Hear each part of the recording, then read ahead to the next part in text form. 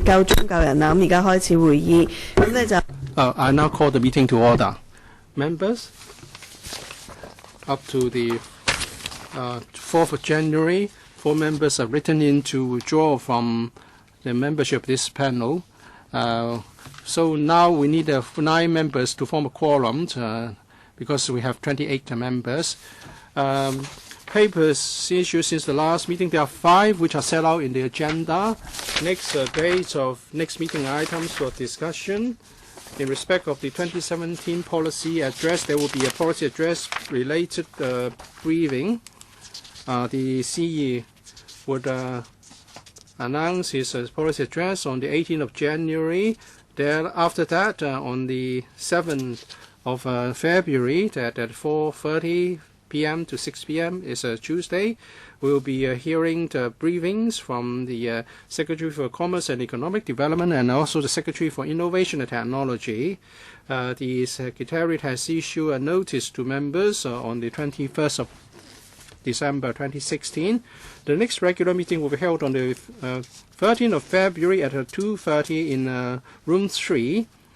Please refer to the list of item for discussion, and that is a progress report on the work of Hong Kong Design Centre, item number 1 on the list. And now we proceed to the next item on the agenda, update on the work of Create Hong Kong. Please invite the official team to join us.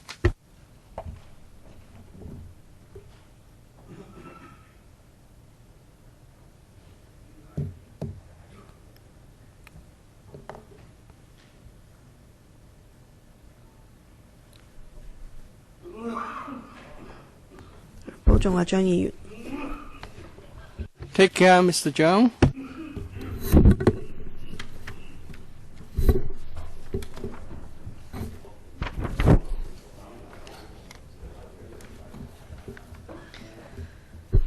咁我首先就會請政府嘅代表就。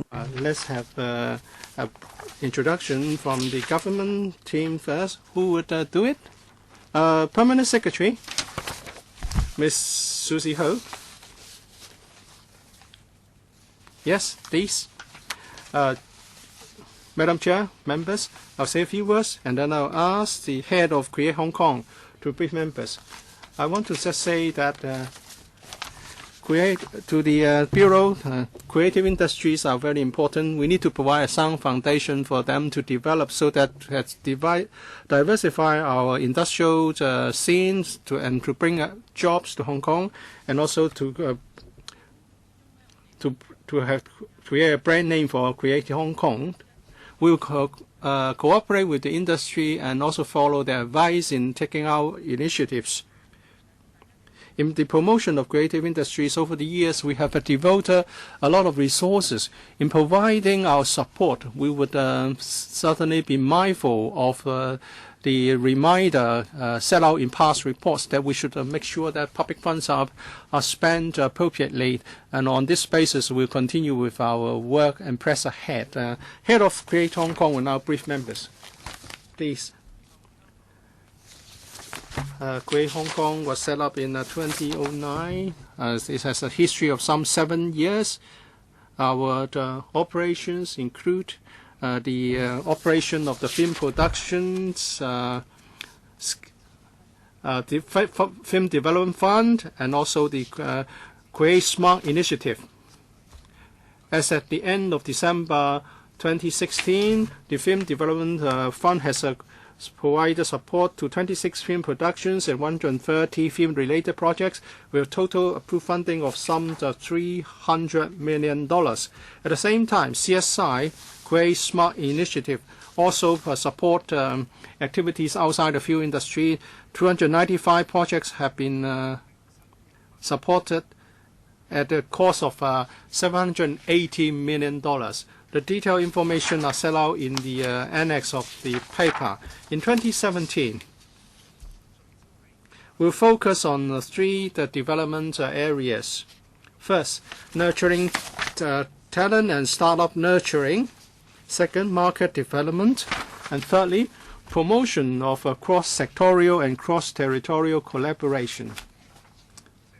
Today, I would like to spend some time to say something about what Create Hong Kong did in the past year in relation to the nurturing of talent and nurturing of startups. In the film industry, the first feature film funding scheme started in 2015. In 2016, we were encouraged by the good results achieved. One of the films, Weeds on Fire, was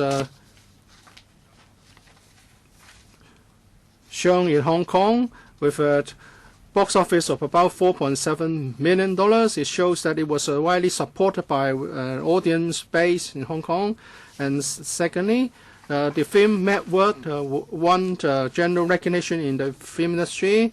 It won awards at the 2016 Gold Horse Awards, the Best New Director Award and the Best Supporting Actress Award. And that's what we want to do, and that is to nurture new directors. Second, we are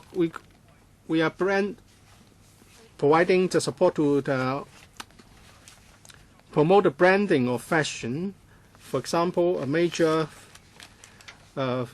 activity was organized is Fashion Asia. 3 local fashion designers' work was showcased. In March and September, in the Paris Fashion Week, we set up exhibition booths to showcase our designers' latest work. And also in Taipei, in November, in the fashion show, there were new fashion design work from new and budding fashion designers. We'll continue to provide 1 year on-the-job and full-time training for digital entertainment and digital advertising companies. We have 2 programs benefiting 176 graduates. 122 of them continue to pursue a career in creative industries under the 2 programs. Some of them choose to further their studies. Create Hong Kong strives to promote the creative industry development in Hong Kong.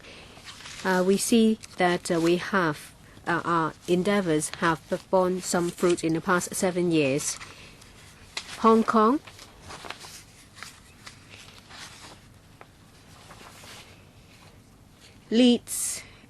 takes the lead in some sectors in Asia, and some of the projects have won awards. There is one new company through the Create Smart initiatives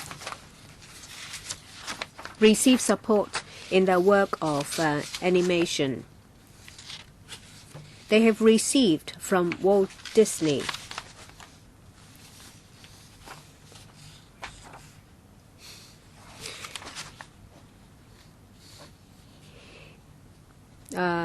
a contract in the promotion of one of the movies in Star Wars. We have a 3-minute video clip to present to you the work of Create Hong Kong and various fashion promotion organizations in the past few years. We'll be happy to take questions afterwards.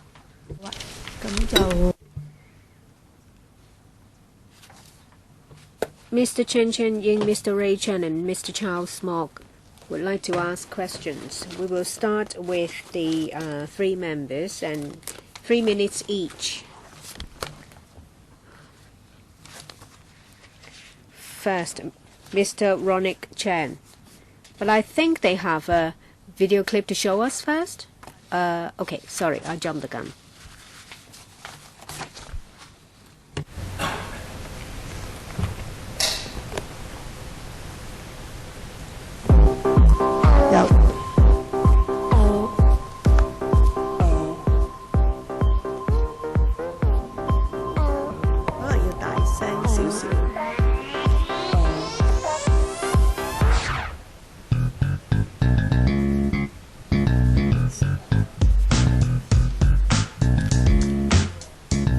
太光添，可唔可以？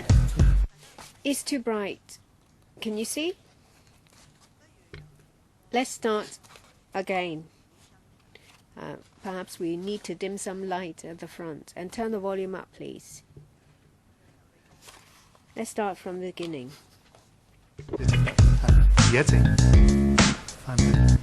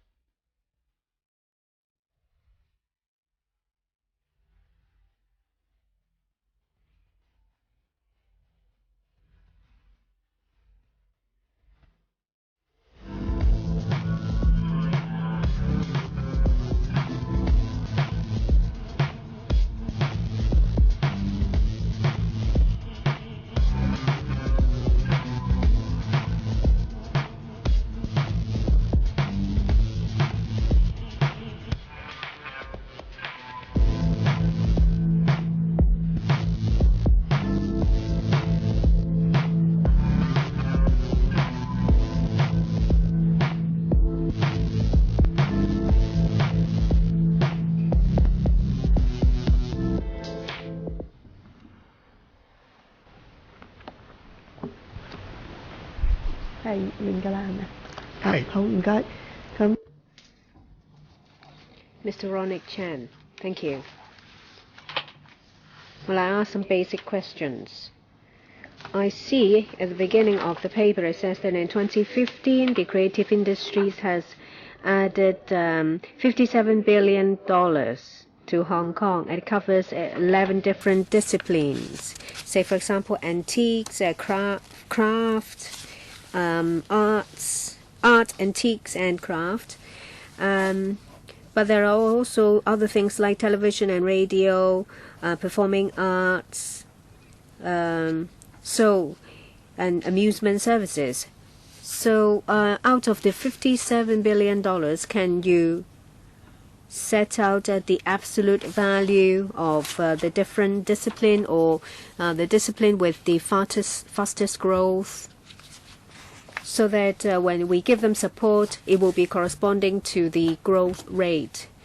Say, for example, in the past few years for art, antiques, and craft, If you say for example, about $50 billion is from this, and the others are from say $785 million, then we will be able to see the different the distribution of value added to Hong Kong's growth. And since 2009 June, there are 26 projects supported, 26 film production and 130 film-related projects.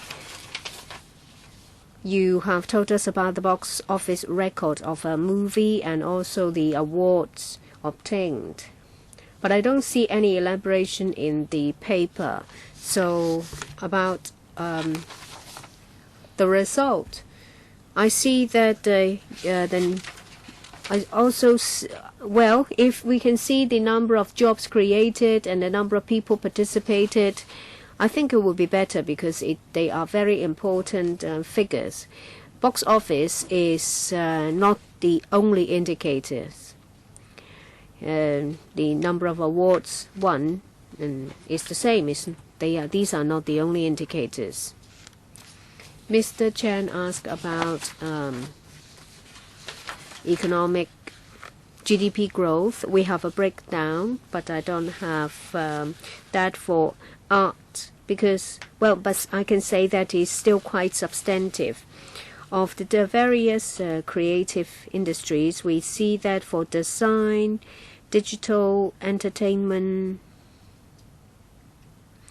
and construction have seen quite marked growth. I will give you further information after the meeting if you are agreeable to it. In relation to box office, we have explained in the past.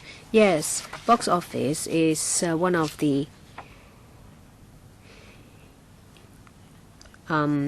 indicators. There are 3 different types of support schemes. One is a financing scheme. That is, the funding comes from just private investors. The other one is a grant scheme, and the third one is the first feature film initiative. When it comes to financing scheme, there are about 20 production or so. Several of them have recovered cost. There are some others that did not perform as well.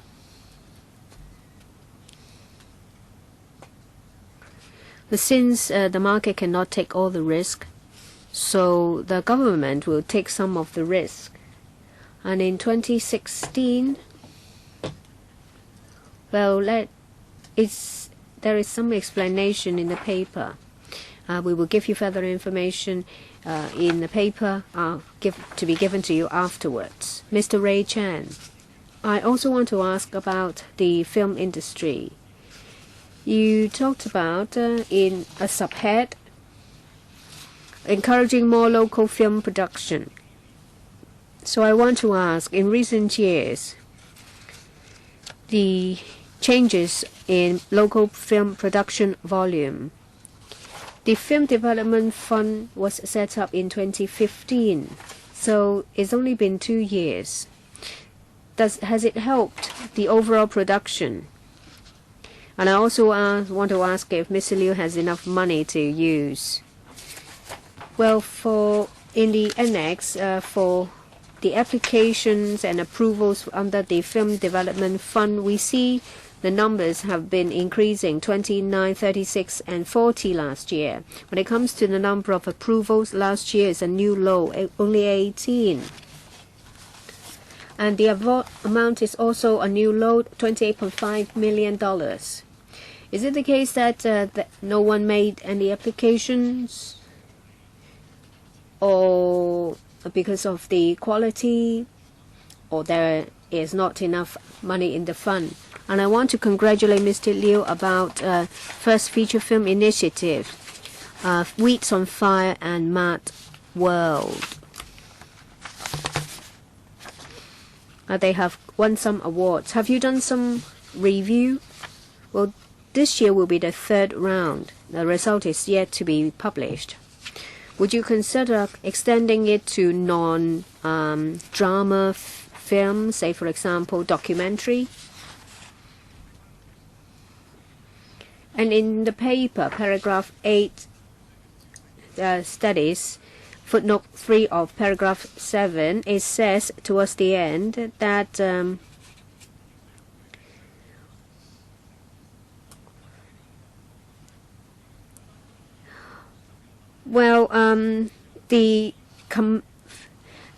commercial element is very important, as pointed out in the Finance Committee. So apart from box office, what do you mean by commercial element? I want to answer Mr. Chan's questions 2 to 4, and then I will defer to Mr. Fong. Mr. Wellington Fong of Create Hong Kong about any increase. And the second question, you ask if there is sufficient fund in the Film Development Fund. The number of projects approved as well as the amount of grant have decreased. Well, last year was a bumper harvest year. If we compare this with last year with 2014, well, the difference is not very significant, but there was a big increase in 2015. So if you compare 2016 with 2014, is on a similar level. So far we haven't been offering more because of the limited fund. And now this is in the third year of the FFFI. Well, the Weeds on Fire and Mad World were produced on $2 million each. For the second round, we increased the funding to $3.5 million already. And in mid-January, we are going to publish the list of grantees. Or do members mind if we get the answer in full? Not many members will be asking questions anyway. All right, there's a question on commercial element. In 2009, for the first time, the Film Development Fund provide financing support.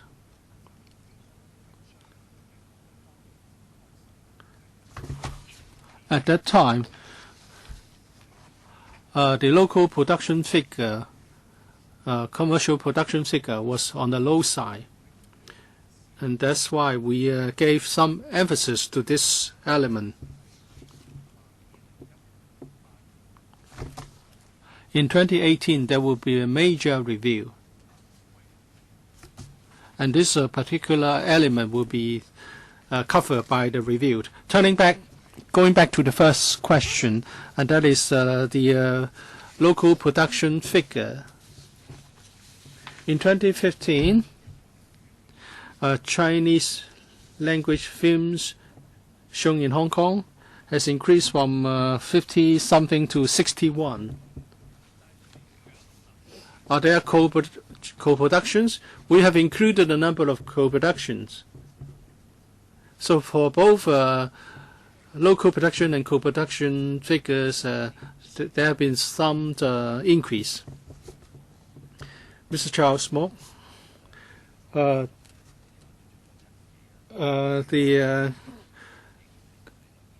Create Hong Kong has been doing its job for more than 7 years.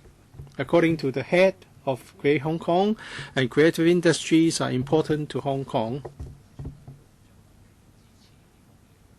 We'd certainly like to find better ways to provide suitable support to their development. And as Mr. Chen Jiying has said, we like to get answers to some questions. For example, the number of awards won, box office, jobs. They are all important. And I have some related questions. You want to nurture talent and startups.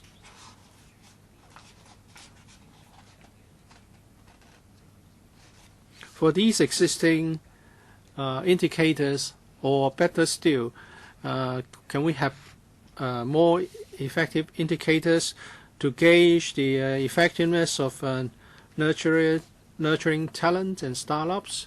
Well, you've been around for 7 years. Some startups are no longer new. So how many of them can continue to develop? I wonder if you can ask experts such as economists to help you with proper KPIs. I do not want to criticize your KPIs. I know that sometimes it's difficult to judge things on simple terms such as the share of GDP contribution and so on and so forth. We can't say that because you have one fewer awards next time that you are not doing as good as you were last year. But do you want to do some tracking to monitor the trend, and you may wish to consider how this can be done? For example, jobs, economic contribution, and also the attractiveness to students to be involved, and also views from stakeholders might be important. You might have done something very, very good, but the stakeholders are not very knowledgeable about those initiatives. Then that's important. That's important to get the message across, and also to attract young talent such as young students. Are you going to get some experts or economists to help you with the formulation of proper KPIs, so that we will not just be getting these figures as we have been doing in recent years? It's beyond doubt that these figures are important. But if you want to project into the future and decide how the funds should be allocated, you may wish to have access to such information and KPIs. Please be brief and succinct. Well, I agree that if we can track the performance in relation to the KPIs, it will be very good reference for our work. We have been tracking the nurturing of design talent because we have some companies have graduated from our programs, and we have a system to track their continued development. Are they still in business? Are they hiring more people? What's the turnover of these companies? And some of them are willing to share with us their company performance information. And for other nurturing initiatives, we will make reference to overseas practice to implement new style tracking and monitoring measures. So we're willing to do this wherever feasible. Yes, please try to get some outside experts to help you. Well, we are not saying that you should always hire a consultant. It's not what we suggest. But you should get expert help. Ms. Claudia Mo, I want to follow up on the questions raised by Mr. Roy Chan. Well, for the Film Development Fund, you have more applications, but fewer are given a grant.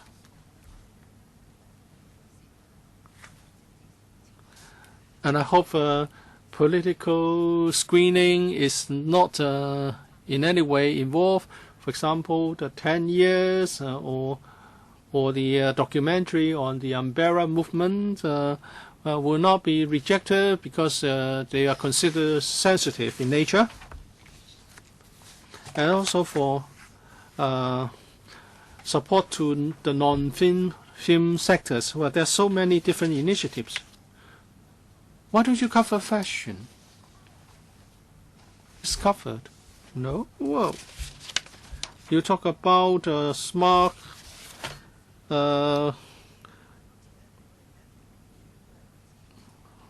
media. Well, we were showing a film on fashion design. You were a bit late.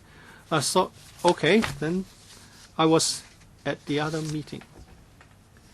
Well, fashion is subsumed under design. Well, I was scared. Okay. So the second questions are no longer there. The third question, well, suddenly the government want to develop the IT scheme in the Lok Ma Chau Loop. Would Create Hong Kong be involved? Have the Create Hong Kong been consulted over this? Permanent Secretary, I can answer the third question and part of the first question concerning the Loop project.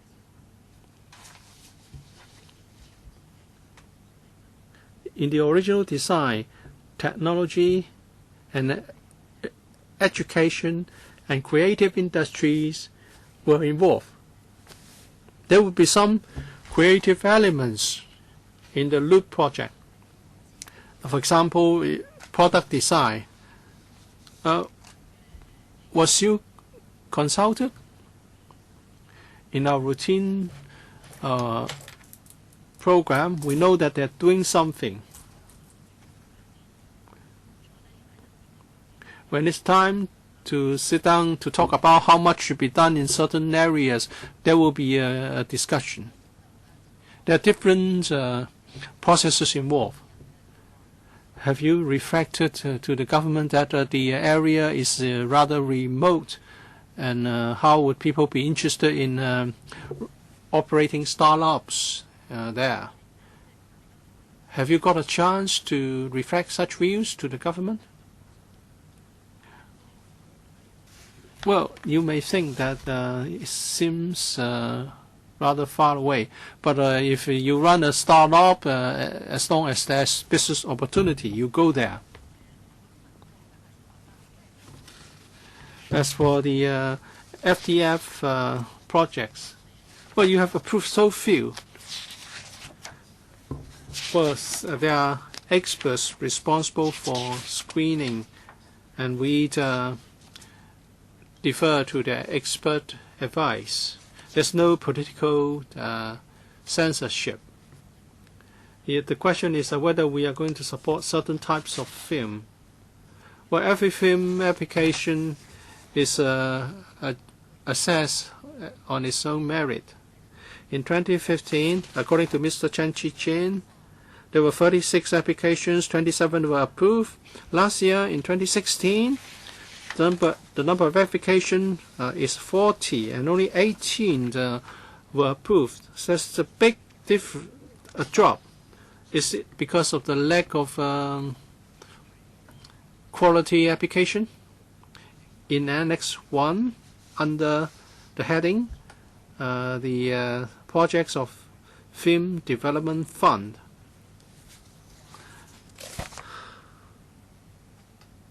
this is an initiative to support film production directly related to film production. It's either a production financing scheme or the production grant scheme. The industry organizations may want to have certain types of screening or to conduct certain surveys. So there were more applications in 2016 and fewer applications were approved.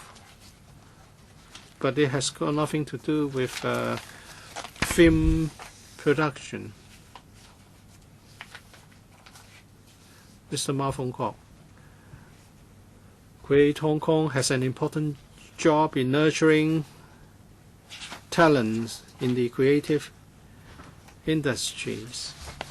In the past, we concentrated more on digital entertainment and design. And publishing may be a smaller subsector in comparison. But a lot has been done in providing support to their participation in international book shows. The way I see it is that Create Hong Kong makes use of Create Smart initiatives to implement projects to achieve the objective. In the future, will Create Hong Kong be more take more initiatives to reach out to the sector and to plan for the future development for the sector, say for example by conducting studies, taking into account Hong Kong's overall situation, Hong Kong's competitive advantage, to identify the Hong Kong's competitive edge and prospective growth areas. Perhaps I will answer the second question, planning for the future.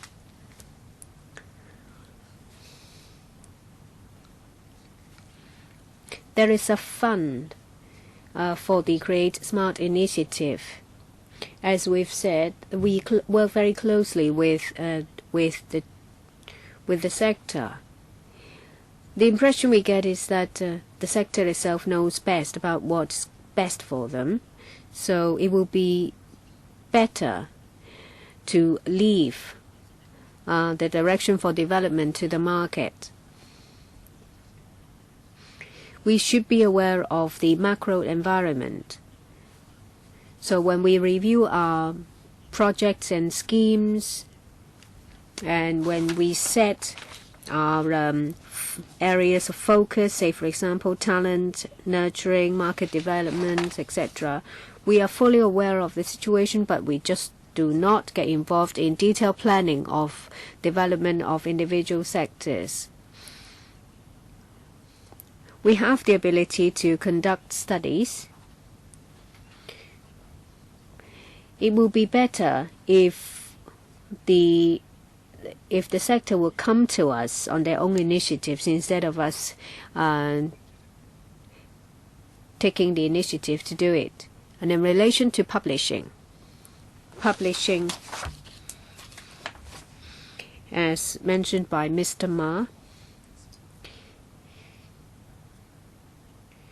we provide more support to the publishing sector to participate in overseas book fairs. In this way, they will be able to promote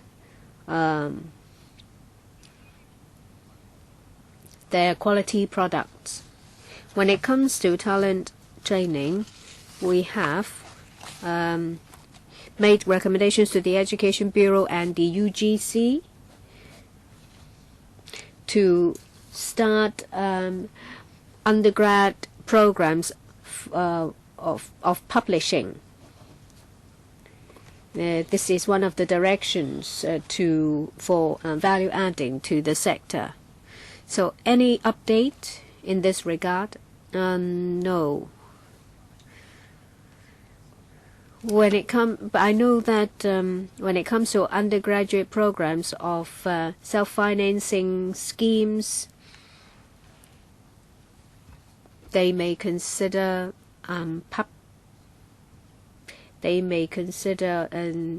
subsidizing publishing as a course. I have some questions, Miss Yong. I have some questions. How do you help startups to realize their ideas and turn it into products? And how do you encourage some people with experience to become mentors, to give them advice and guidance, and to establish platforms for stakeholders and startups to match demand and supply? And apart from the Ear Up record label creation and incubation program, are there any other programs? Because I think the publicity for this Ear Up record label creation is quite weak. People don't really know about it. And will the government enhance cross-territorial cooperation with, say, Japan or Korea to enhance exchange and discussion, for Hong Kong artists to expand their network? When Hong Kong people perform on the mainland or Japan, it will be quite costly because of the logistics. You have to transport musical instruments. If the government can give more resources and support to them, and if there is regular cooperation, say for example between Hong Kong and the mainland, it will be greatly beneficial to Hong Kong artists.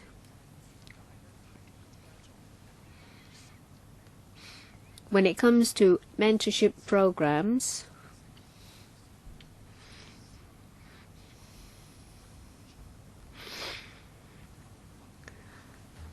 as on financial planning and legal assistance under the Create Smart initiative, more support is mainly given on organization and training.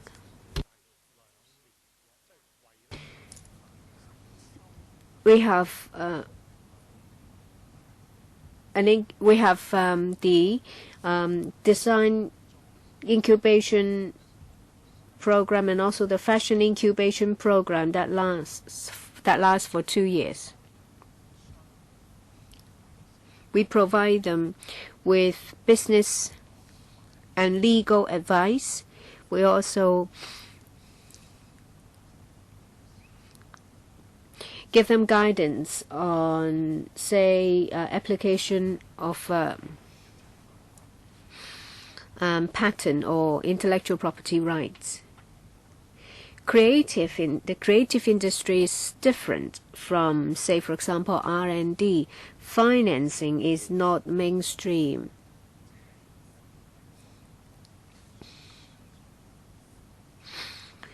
The funds needed for a small startup of the creative industry is smaller than that in R&D. We'll monitor the situation.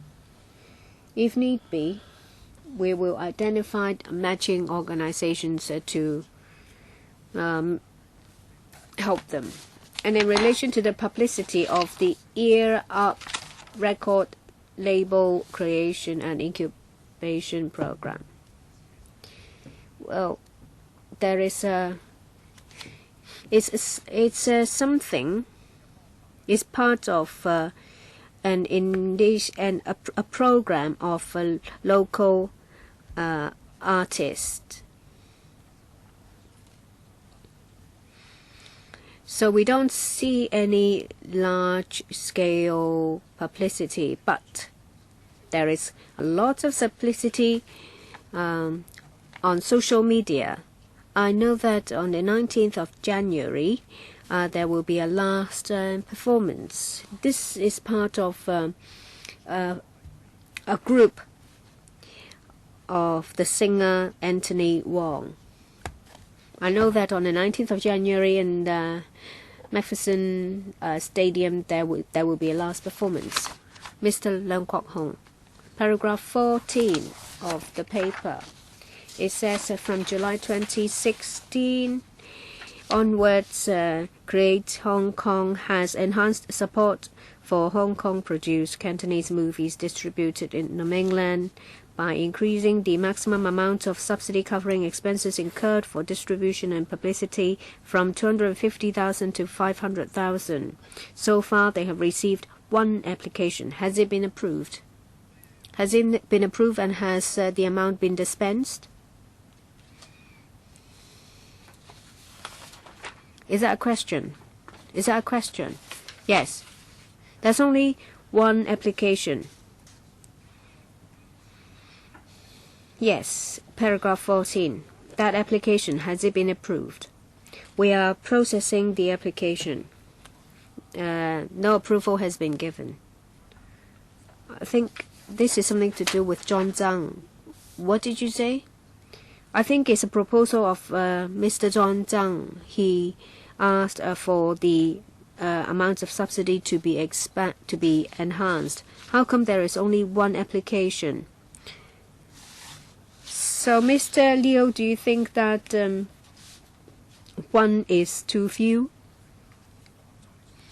I will defer to Mr. Feng for detail. But I would like to say that this new scheme started from 1st of July, so it may take some time for other applications to come. And based on experience, the number of applications will be quite high. So what's the situation in the past? Defer to Mr. Feng. Well, after the movie has been screened, we will have to wait for all the receipts, and we'll also have to go through their expenditures. There's so far only one application. And in 2016, in Guangdong, there are about 4 Hong Kong-produced Cantonese movies. There has been no applications yet because they have to get all the supporting documents ready first, because the expenditure will be reimbursed. It's not the case that there is only one movie that's eligible. It's just that they haven't made the applications yet. So, based on past experience, how many will come? We have encountered 4 cases. If it is distributed by Hong Kong company, it depends on whether they see the need. Sometimes they will sell the rights to a mainland company for the distribution of the movie, and for the Hong Kong company, they receive the royalty, and then that's it. It's for the mainland company who has bought the right to take the risk.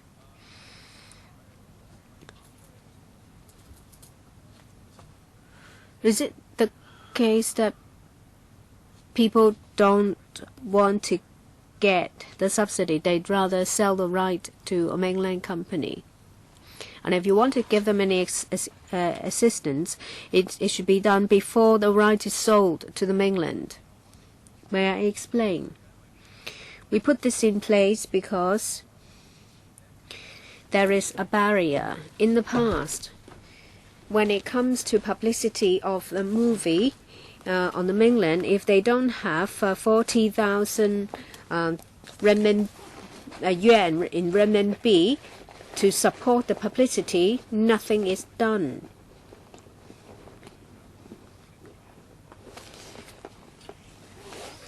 And well, if the situation remains unchanged, and if they don't sell the right, they may come to us for the funding. Well, there is the funding available, but no one comes to you to make an application because they'd rather sell the right to a mainland company, so it's meaningless.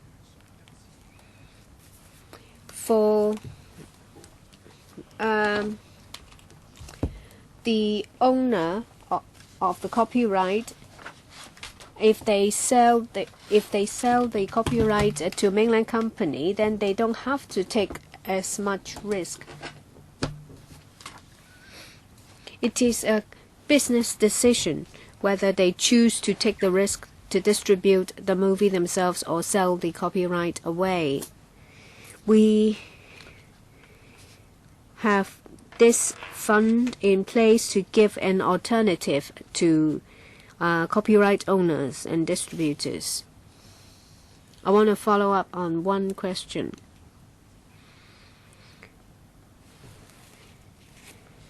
Well, since the Create Smart initiatives, I see that there has been a lot of assistance given to design and local design, fashion, and film. There are many different types of design apart from fashion, and I see them mentioned, say, for example, advertising, but there is still product design. So apart from film and fashion, will there be special schemes targeting different types of design? That especially areas with great potential. I want to ask about literary creation. Well, I want to answer questions about literary creation first. And the head of Create Hong Kong can supplement later on literary creation. Well, if it involves publishing, of course, we offer assistance to the publishing sector, but we don't deal with literature as such. So the literary creation might have more to do with culture than commercial production. On our part, we have more close communications with the publishing sector. My colleagues in Home Affairs will be dealing with literature in a more related field. What about animation?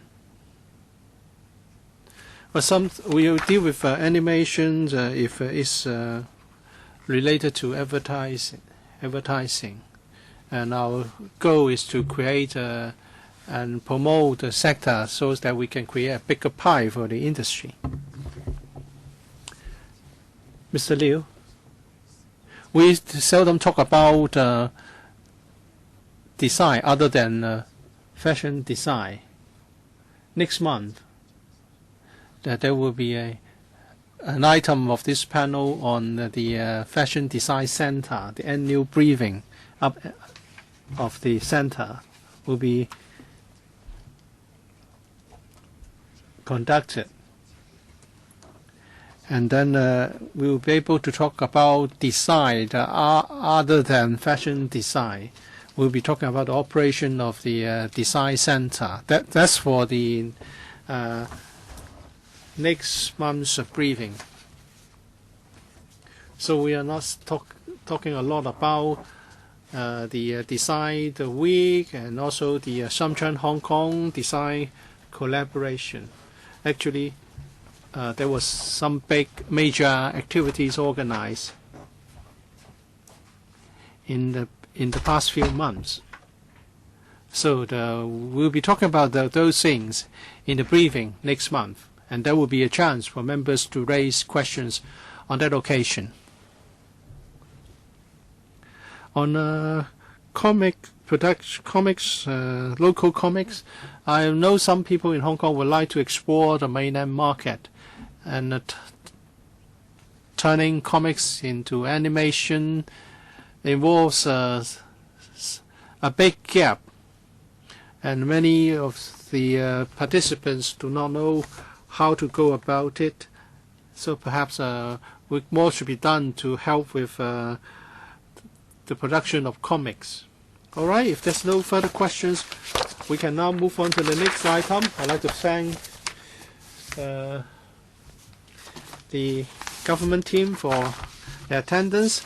The next item is update on the work of Cyberport in nurturing the information and communications technology ecosystem in Hong Kong. Let's have the next team from the government to join us now.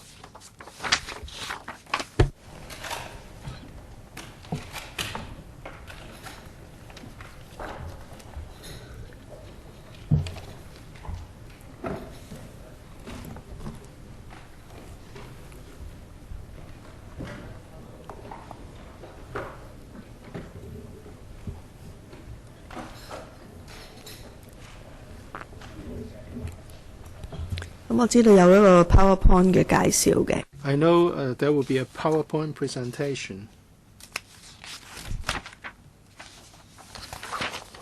Who would walk us through the presentation? Madam Chair. This paper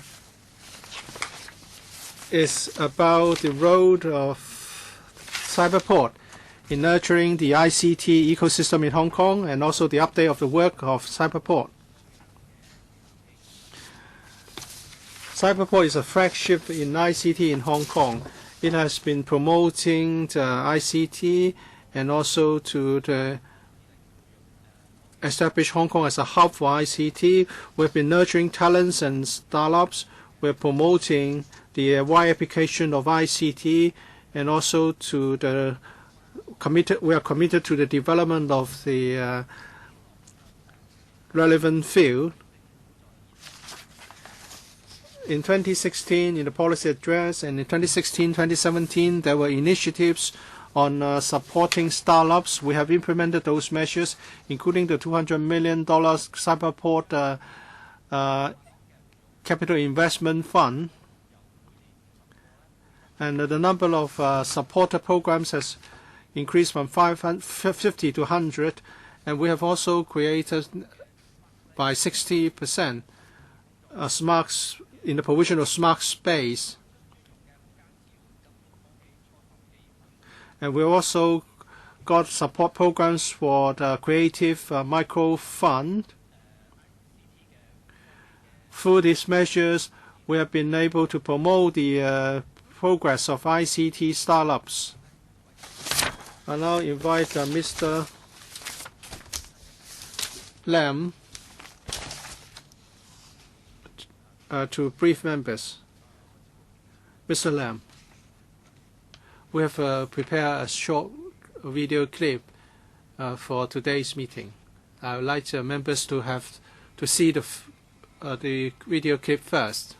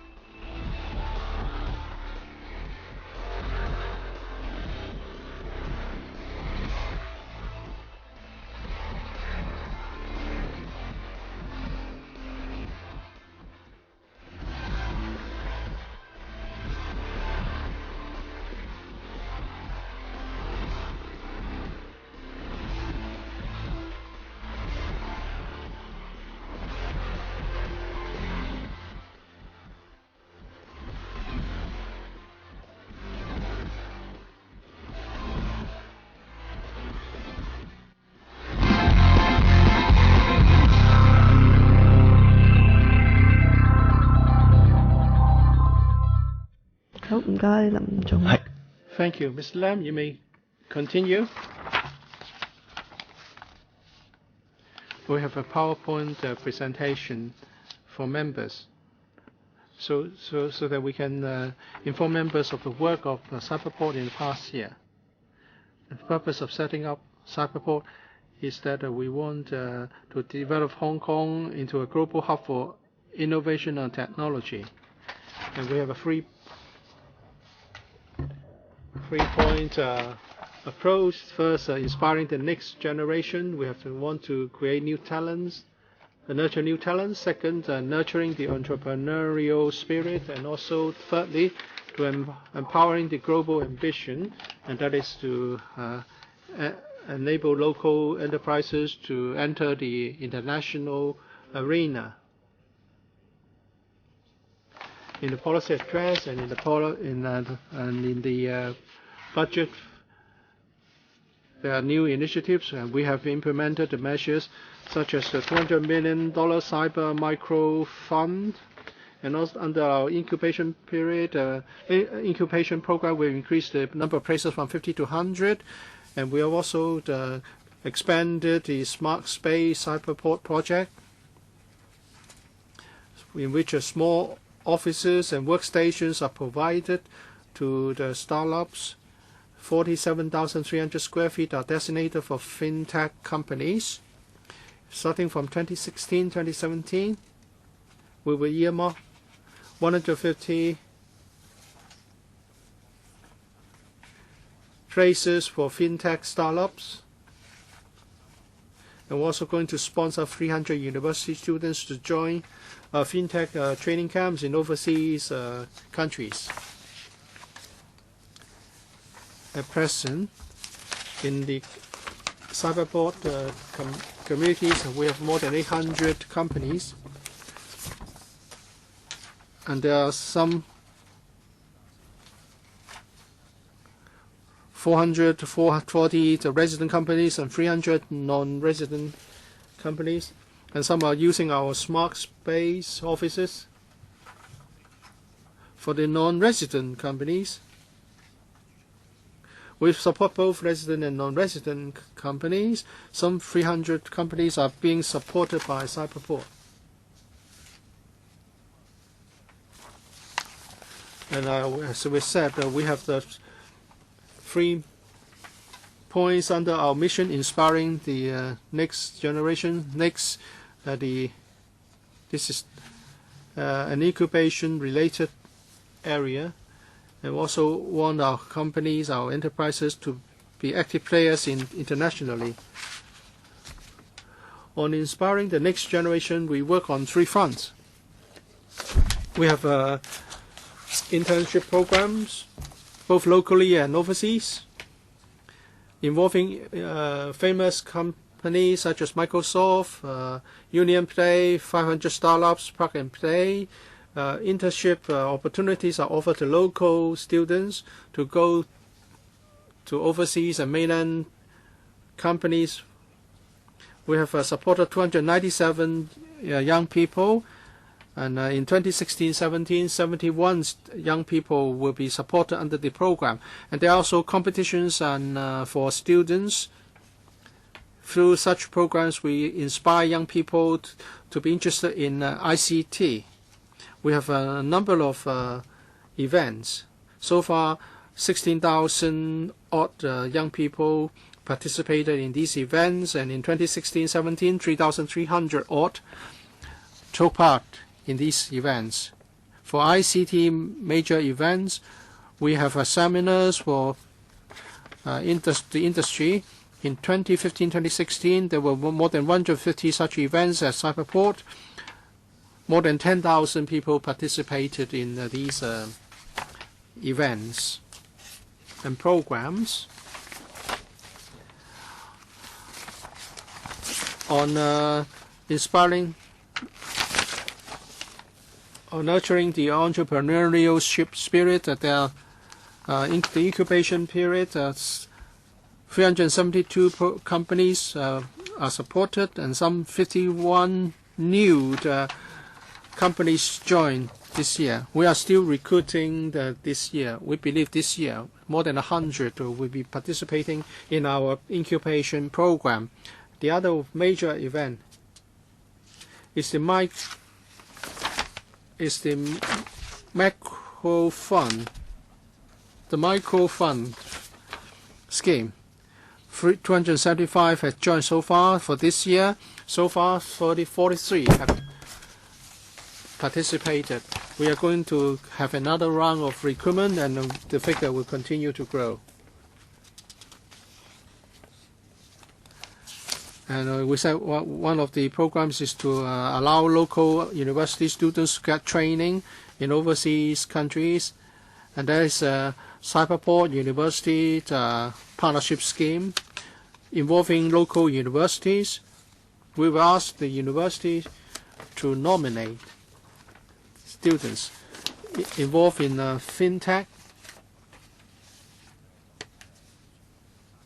53 students were sent to Stanford this year for a 1-week training program, and they had the opportunity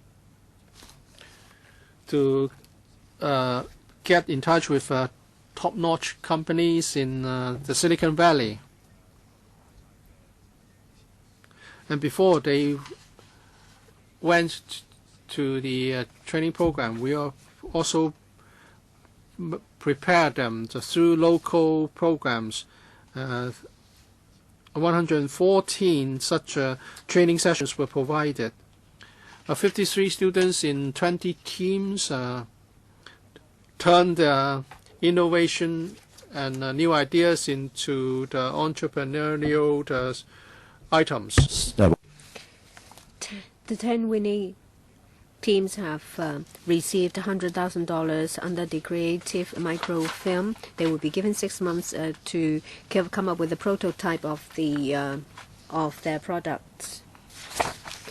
And I will also give you information about some major schemes in Cyberport. We're involved in the different stages of an early stage of life. At the beginning, there will be the Cyberport Creative Micro Fund.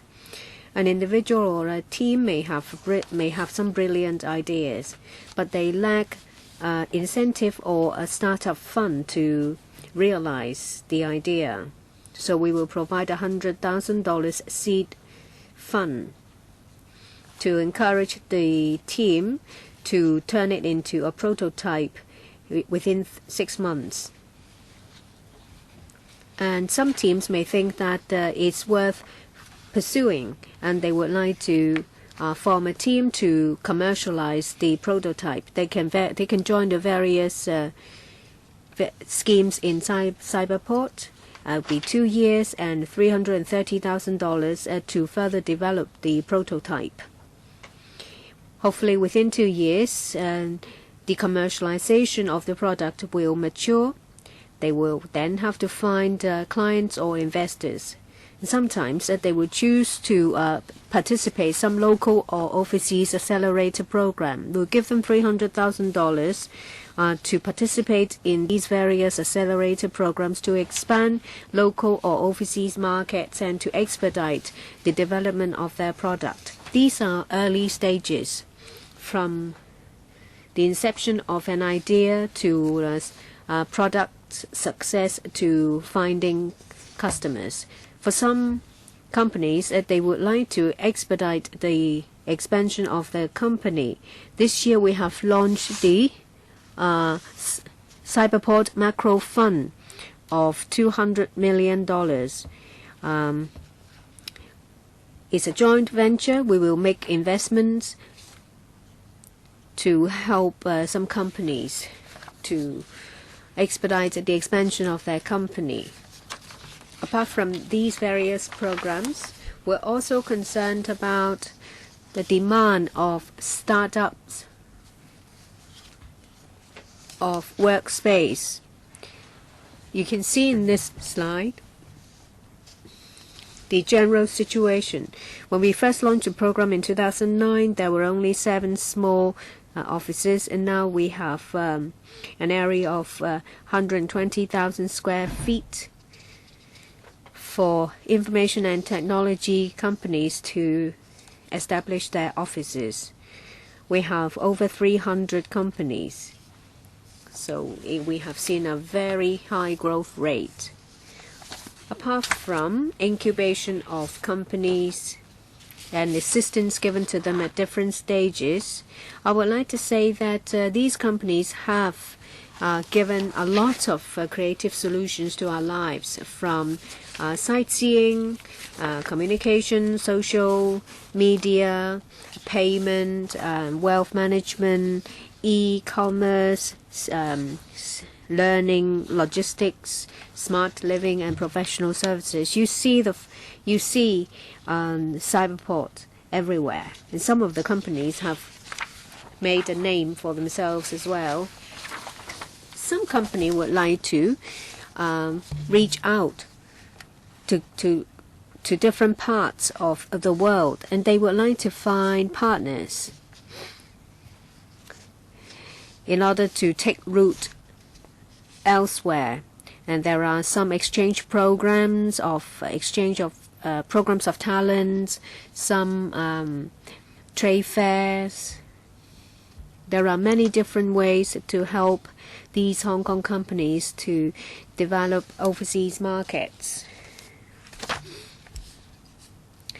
You may want to know whether the companies can successfully find funds.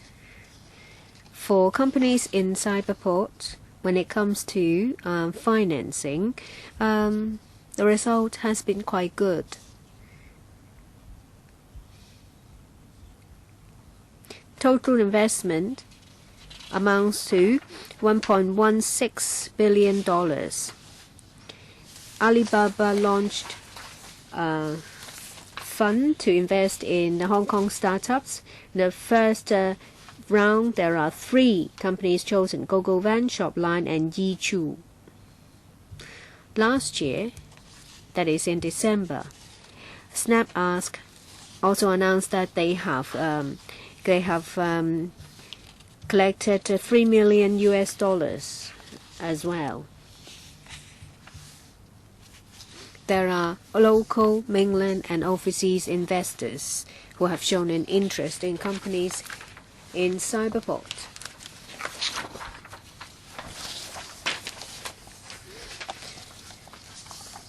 The government will step up its effort to further promote development of information technology, and that in Cyberport.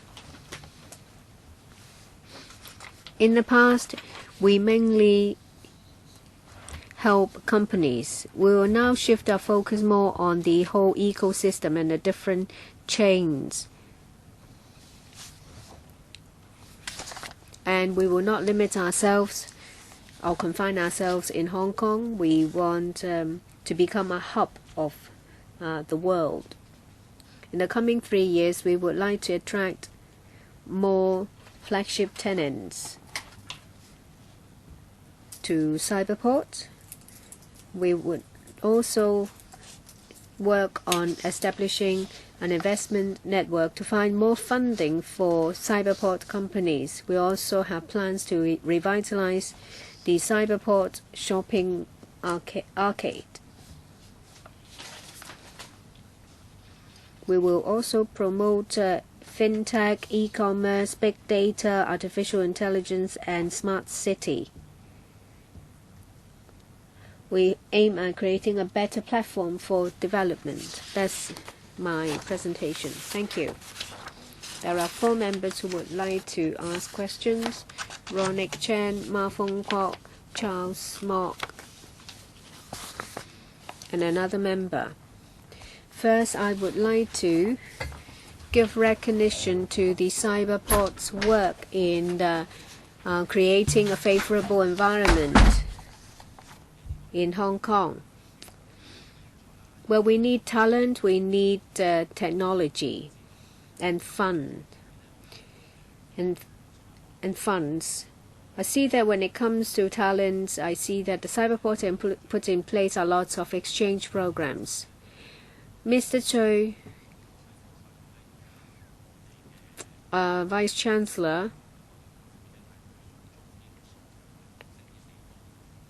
said of a university said that Well, too much importance has been attached to certain disciplines, but not disciplines like science and mathematics.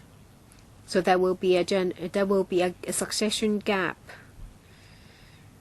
Would you put in place some programs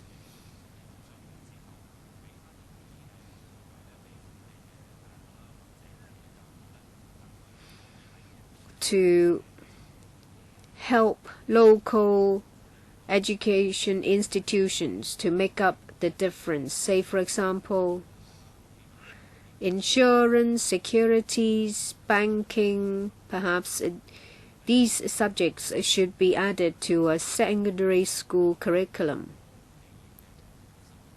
Just now you mentioned about different stages of the life cycle of a company. There will be different funds available, say the $200 million Cyberport Macro Fund. I see that in 2016, of the 10 projects selected and the 16 projects selected last year, only 3 were selected by Series C of Alibaba Entrepreneurs Fund.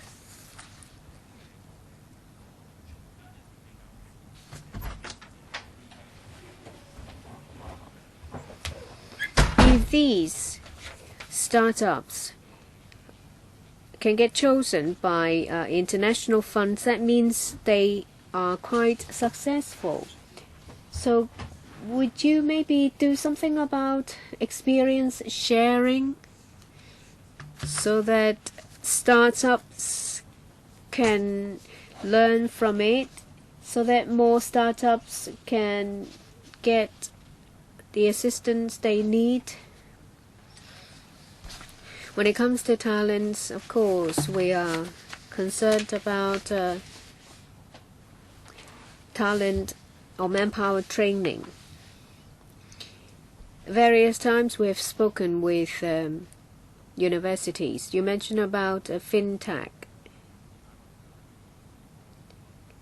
A lot of universities have put in place some fintech courses that will be beneficial to the development of the sector. But when it comes to secondary or primary schools, we focus on coding training. We see that students are quite interested in coding.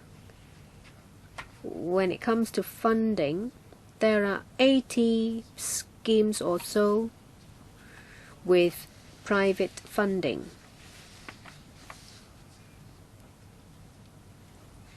Well, you need some skills to get well-known private investors to be interested. There will be sharing sessions so that other startups can learn the skills to find investors. We'll also establish an investors network. We come across a lot of investors in our line of work. We believe that through manpower training and the establishment of an investor network,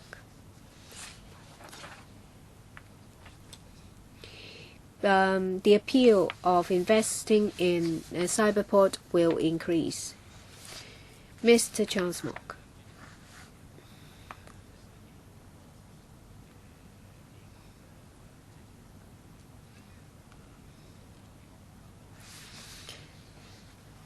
Well, just now we have heard from Create Hong Kong, now we have Cyberport.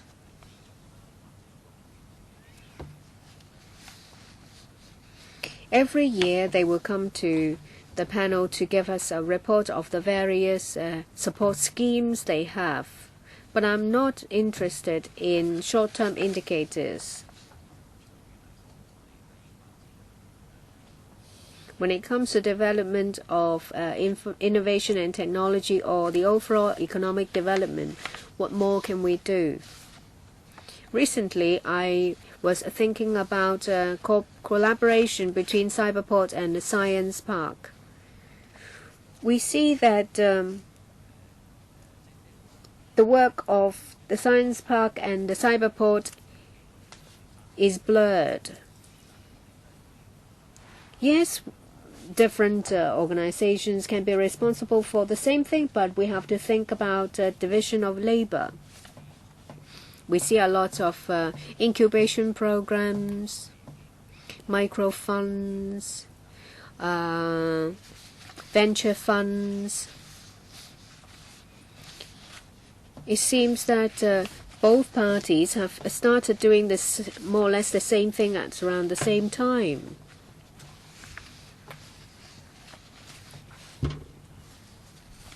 The cyberport at the science park may have more flexibility, maybe because of the location, or maybe because the government assign more projects to science park, say for example the Lok Ma Chau River Loop. Location is a constraint for the cyberport. Perhaps the government may consider giving some projects to cyberport. So, how can the two parties cooperate better? When I say I'm a startup, when I want to make an application, who do I go to? Or is it like I'll just enroll in all the universities and see which one will take me in? In which way can startups get the most help? I've come across a model. In Singapore,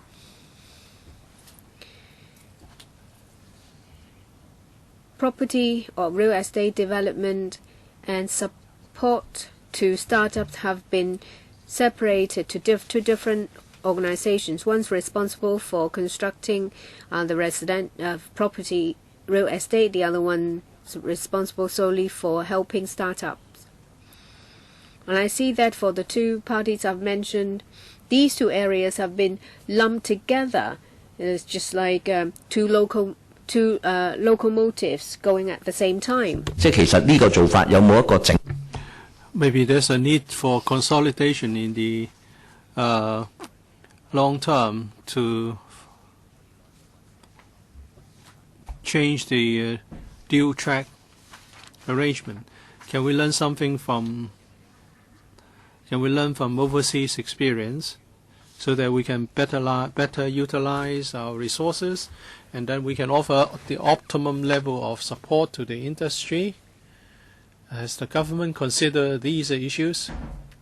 Undersecretary, thank you, Charles, for your question. As we stated in our opening remarks, Cyberport is focusing on ICT.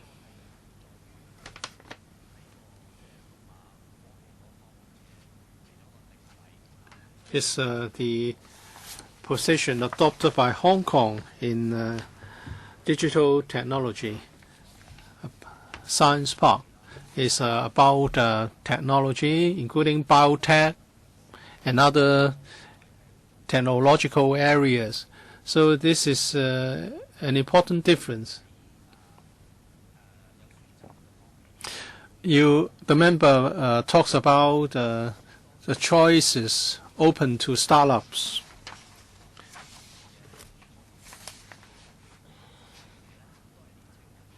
The beneficiaries for the support programs are usually young people. We need to provide the space. Although, as we know, Cyberport is limited in space. But Mr. Lam has already told you that they have subsidies and support programs for both resident and non-resident companies. This is a special feature of their work.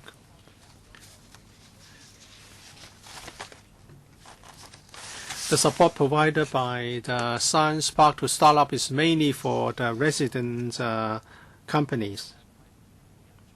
In nurturing talent and other promotion, the two organizations would sometimes cooperate, and we also promote this at the Policy Bureau level.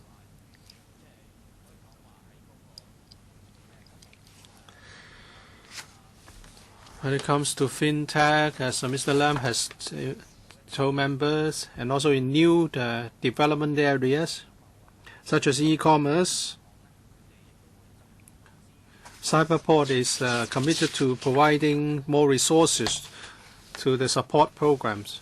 So we are talking about a wide field with many areas. We may not be able to respond as quickly as one would like, but we are promoting these areas. And there's a 3-year program involving long-term planning.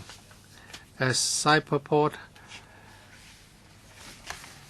has stated that they have certain focuses. And it's also good for the government to know about their development direction so that we can achieve better effectiveness in collaboration with the sector. This is really about the formulation of the right ecosystem for the industry, involving all stakeholders and other organizations such as the Science Park. This is important in the area of innovation and technology. I just want to make one further point. The Undersecretary has made himself very clear, but all they are doing will be based on existing policy, and sometimes what they do will be just to offer an additional choice. So I would like the government to consider whether we should keep the existing line of division between the two organizations, or there should be a new line drawn, or should the line be removed altogether. As Charles has alluded to this Singaporean experience, where they don't have just one organization doing everything under this area. Ms. Young,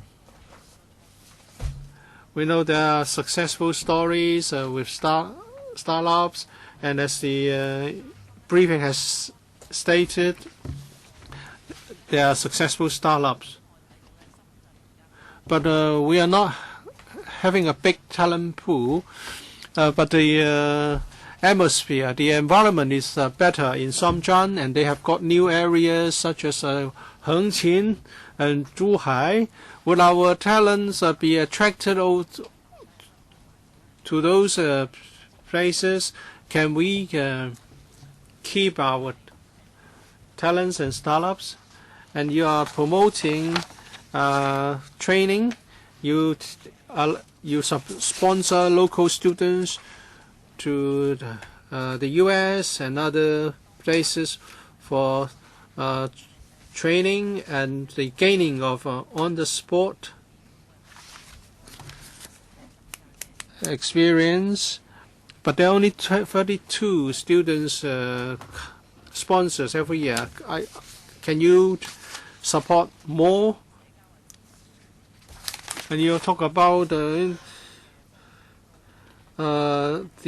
upgrading in e-commerce, e-payment, and other technology-related areas. Would the government be willing to adopt such new technologies for government websites? Because if they feel that there are a lot of constraints in Hong Kong, they may be attracted to the mainland and other countries instead of remaining in Hong Kong. I can take the first and the third question, and I'll ask the CEO to take the second one. Well, different places have implemented different policies to support innovation and technology. In Hong Kong, we have done a lot to promote entrepreneurship of young people. In the past year, we have launched different programs and to support their development. We understand that other places are offering their own programs. They have their programs, we have our programs, so the competition is an impetus for improvement, continued improvement. We encourage startups. We have enhanced our public trial scheme. Before Christmas, we launched the program to cover incubators of both the Cyberport and the Science Park. We encourage the adoption of such products both in the government and in the commercial sector. I defer the remaining question to Mr. Lam. The question is about whether we can sponsor more students to the exchange programs. Yes, actually we have been increasing the coverage, and we are covering both also mainland exchange and internship programs. And we have recently launched the Cyberport University Partnership Program. And then more than 50 places can be offered under the program. So all programs taken together, the number of students sponsored is on the rise. And we would continue to monitor the development to see what more can be done. Well, there are many members here, so maybe I can also raise a question here. The Cyberport has over the years been instrumental in the promotion of ICT in Hong Kong, and it has made tremendous contributions. And the achievements are there for all to see, and I hope that you can go from strength to strength, and more opportunities can be offered to local companies. And there are incubators, and Cyberport is also interested in promoting fintech. We've learned from some fintech startups that the government's policy is promoting this, but the law is lagging behind. Will Cyberport look into the legal setting and play a more active role? If you have so many startups doing a lot of things, if they tell you that the law has to catch up, well, I hope something can be done by the government first. But it's also important to talk to the industry, and maybe Cyberport can devote some resources to help the government to look into how we can amend the law or how we can improve the law to further facilitate the development. At present, Cyberport doesn't play such a role. Can some resources be made available to assist the government to expeditiously amend our law to catch up?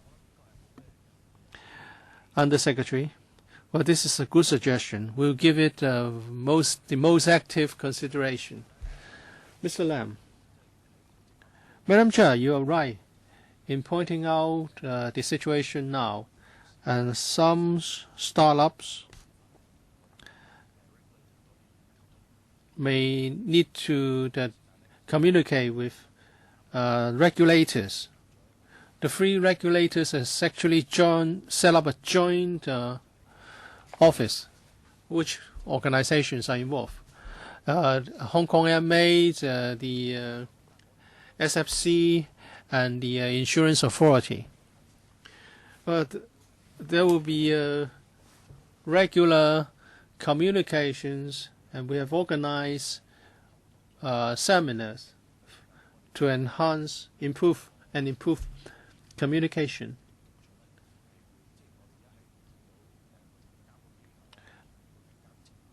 Different regulators would take the initiative to contact the industry over the development of fintech. Do you think this is enough, or should more be done? Well, I think we should adopt a multi-pronged approach. Mr. Mok mentioned Science Park, and of course the industry would let us know what they think, and there are trade associations doing this. We can collate the views and relay them to the government. But some of the areas concerned do not come under the purview of the IT Bureau. So for those concerns and views, we would relay them to other policy bureaus. And we are now working on the blueprint of developing a smart city system. And we are assessing what needs to be done, what needs to be changed, including legislative amendments. For all these matters, we will liaise with the relevant government bureaus. Well, we are still we are in particularly concerned about fintech, because some of the startups are saying that they are looking into certain areas, but at present these things are not allowed under the law. Well, what I don't want to see is that there are programs and initiatives for something to be created. However, the law does not allow that to happen. So I hope to see more from you. Any other questions? Any comments? If not, I thank the administration and the Cyberport. Item 5, any other business. Let me remind members that the policy briefing of 2017 will take place on the 7th of February at 4:30. And the next regular meeting is the 13th of February at 2:30. If there are no other business, meeting adjourned. Thank you.